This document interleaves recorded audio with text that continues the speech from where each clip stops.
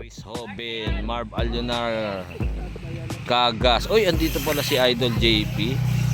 So tingnan natin kung paano nila pipigilan si JP. JPM nanalo kahapon via band sprint ah. So first attack. Sino to? Chris Joben. Chris Joben ah. Limoncito. Ito si JP yun oh. Nakatutok si Del Rosario. So ibang strategy ng army ngayon ha.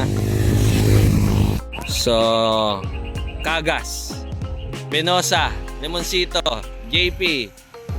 Nakabantay si Del Rosario.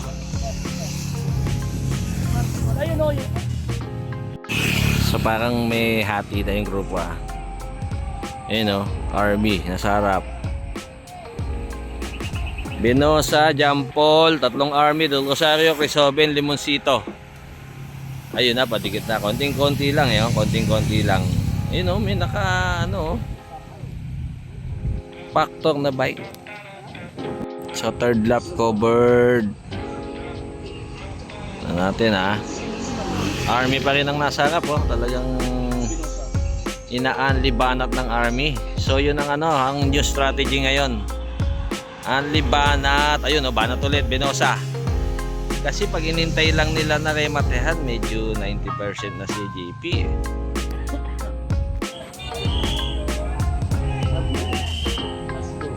Last 4 laps. So tingnan natin ha. So kahapon ang domestic ni Jampol si Lamotos, ngayon si Kagas. So ngayon pinagsasalitan ng banat ng army yung ayan ngayon si Benosa. Si Jampol na. So ibig sabihin wala na siyang katulong diyan. Nasa likod nasa likod sila yung ibang navy. So ayun banat na naman si Chris Hoben naman. Chris Hoben. Ay hindi si tama si Chris Hoben. Si Benosa. Lalamugin. Tingnan natin kung effective. Ayun tatlong army versus navy Tingnan natin, si Kagas na. Parang garahe na. So parang huminto yung atake ah. Huminto si Jampol na yung nasa harap. Tatlo, 3 versus 1. May navy pa pala sa isa sa likod. Saka si Marvin yun parang nag-aabang lang ah. Babanat yan mamaya. So ayun banat. Isang set pa. Chinik. So different strategy ngayon ng banat, atake. So last lap. Ayun last lap. Nasa harap si Jampol. So hindi nila na-sustain yung atake eh. So mauwi sa Kematan 2, 4, 6, 8, 10. Siyam pala, 2, 4, 6, siyam. So tingnan natin kahapon nauwi sa mas finish eh.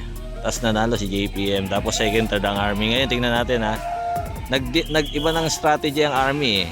Pinagbabakbakan ng unang stages eh. So tingnan natin parang army yung nasa kanan.